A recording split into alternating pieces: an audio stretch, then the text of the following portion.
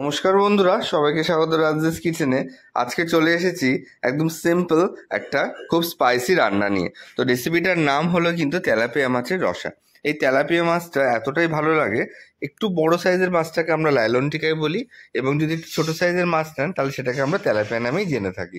তো বাজার থেকে এই মাছটা খুবই অ্যাভেলেবেল। তো কিনে ভালো করে নুন হলুদ মাখিয়ে আমরা দেখুন ভালো করে ভেজে নিয়েছি। তারপরে যে মাছ ভাজা তেলটা ছিল তার মধ্যে আমরা কালো জিরে ফোড়ন দিয়ে একে একে আমরা আগে রসুন কুচি দিয়ে নিয়েছি। রসুন কুচিটা একটু ভাজা হয়ে গেলে সঙ্গে সঙ্গে আমরা পেঁয়াজটা দিয়ে এটাকে কিন্তু একটু লাল লাল করে ভালো করে ভেজে নিতে হবে। রসুনটা আগে দেওয়ার কারণ হচ্ছে রসুনটা যখনই আগে তেলের পরে দেবেন সুন্দর একটা স্মেল বেরোয় এবং খাবারের কিন্তু একটা সুন্দর একটা গন্ধ হয়ে যায়, এবং সেটা কিন্তু আমার প্রচণ্ড ভালো লাগে। তো রসুন এবং পেঁয়াজটা ভালো করে ভাজার পরে এর মধ্যে আপনারা একটু আদা বাটাও দিয়ে দিতে পারেন। যদি আদা বাটা না দিতে চান, যেহেতু আমরা এই রান্নাটা কিন্তু আদা বাটাটা স্কিপ করেছি, তো আদা বাটা যদি আপনারা দিতে না চান, তো পেঁয়াজটা ভালো করে ভাজা হয়ে গেলে এর মধ্যে একটু নুন আর হলুদ দিয়ে আপনাকে টমেটো কুচি দিয়ে দিতে হবে, এবং টমেটো কুচি দিয়ে ভালো করে নেড়ে চেড়ে এই মশলাটাকে কষিয়ে নিতে হবে। যেহেতু আমাদের মাছের পরিমাণ দুটো, তো সেই পরিমাণ অনুসারেই কিন্তু আমরা এখানে পেঁয়াজ, আবার হলুদ গুঁড়ো, নুন বা টমেটো সমস্ত কিছু অ্যাড করেছি। তো আপনাদের যত কোয়ান্টিটিতে রান্না করবেন সেই ওয়াইজ কিন্তু মশলাটাকে আপনারা বাড়িয়ে বা কমিয়ে নেবেন। এটা প্রচণ্ড সিম্পল রান্না বন্ধুরা, এবং এটা করতে কিন্তু বেশিক্ষণ সময় লাগে না।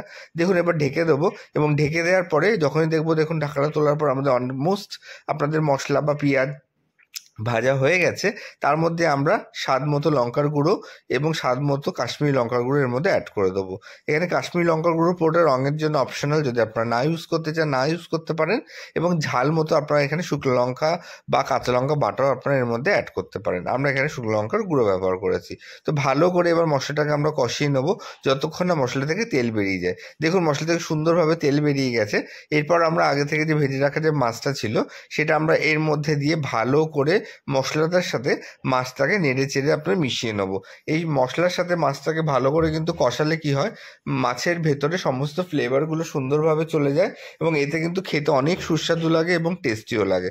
দেখুন ভালো করে মশলার সাথে মাছটাকে কষিয়ে নেওয়ার পরে আগে থেকে করে রাখা যে গরম জল ছিল সেটাকে আমাদের এর মধ্যে অ্যাড করতে হবে।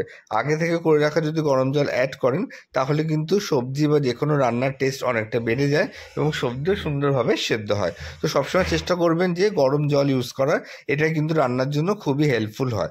এবার দেখুন ভালো করে গরম জলটা দিয়ে চারিপাশটা নেড়ে চেড়ে মাছটাকে হালকা ভিজিয়ে, যেহেতু আমরা রসা করব বেশি ঝোল করব না, তো পরিমাণ মতো আমরা জল দিয়েছি, আমরা বেশি জল কিন্তু দিইনি। এবার আমরা ঢেকে দেবো ওয়েট করবো রান্নার জন্য।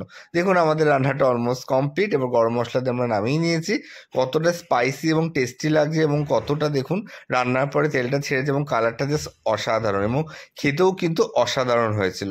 তো এরকম নিত্য নতুন রেসিপির জন্য আমাদের ইউটিউব চ্যানেলটাকে সাবস্ক্রাইব করে দেবেন, ফেসবুক চ্যানেলটাকে ফলো করে দেবেন, এবং আর কি কি নতুন ধরনের রেসিপি দেখতে চাইছেন আমাদের কমেন্ট করবেন, তাহলে সেই ধরনের রেসিপিগুলো আপনাদের সামনে তুলে ধরার চেষ্টা করব। আপনাদের প্রচুর ভালোবাসা, প্রচুর সাপোর্ট পাচ্ছি বন্ধুরা, আগেও পেয়েছি এখনও পাচ্ছি। তো ভবিষ্যতেও কিন্তু সেম সাপোর্ট আর ভালোবাসার জন্যই আমরা এক্সপেক্ট করব। আগামী দিনে আমরা আরও নতুন নতুন ভিডিও নিয়ে আপনাদের সাথে আসবো।